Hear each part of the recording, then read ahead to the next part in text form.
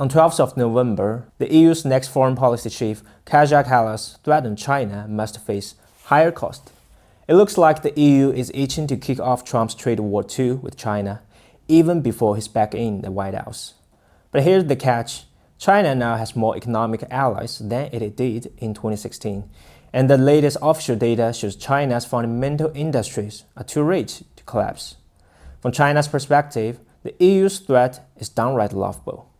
I'm Derek, and welcome to today's topics.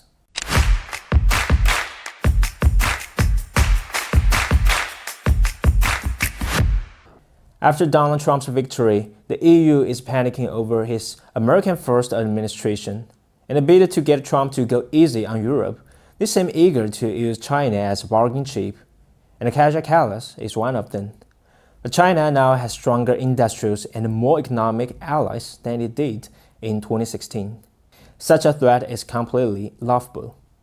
First, China's fundamental industries are just too rich to collapse. On 5th of November, the Chinese government released the latest report of state-owned assets. According to this report, as of 2023, the total assets of state-owned enterprises amounted to 371.9 trillion yuan, which is about 15.1 trillion US.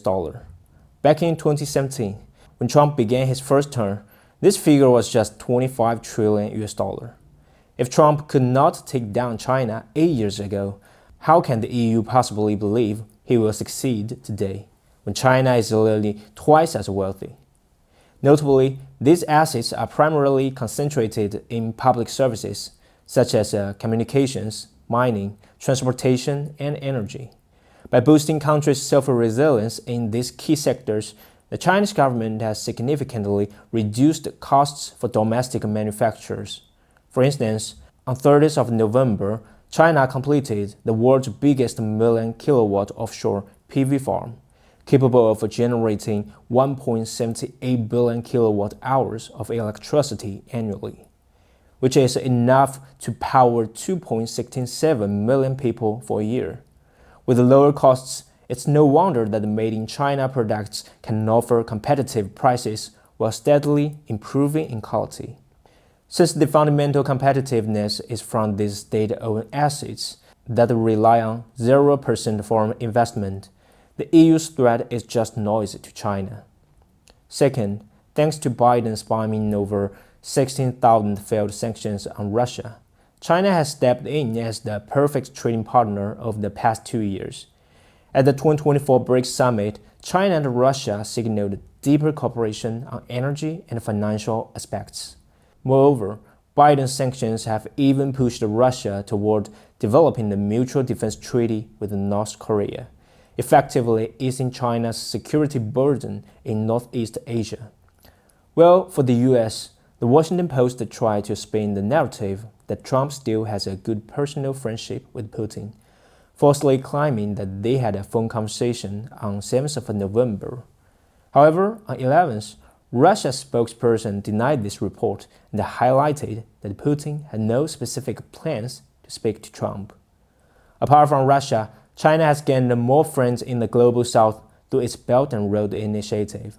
According to the government website, China has signed more than 200 Belt and Road cooperation agreements with over 115 countries, accounting for more than 70% of all countries in the world. As of 2023, two-way investment with these countries has surpassed $270 billion US.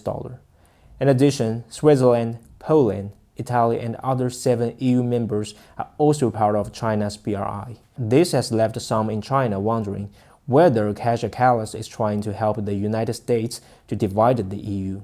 If that's the case, her threats have almost done the job well. When Trump announced tariffs on Chinese exports in 2018, he said the levies will make the US a much stronger, much richer nation. However, Americans now only get a much stronger national debt and a much richer Wall Street. According to data from the International Monetary Fund, by the end of 2023, the average debt ratio of the US government has reached 118.7%, while China was 67.5% in the same period. As China's Foreign Minister Wang Yi said at the UN, sanctions and pressure will not bring monopolistic advantages. Suppressing and containing others will not solve problems at home.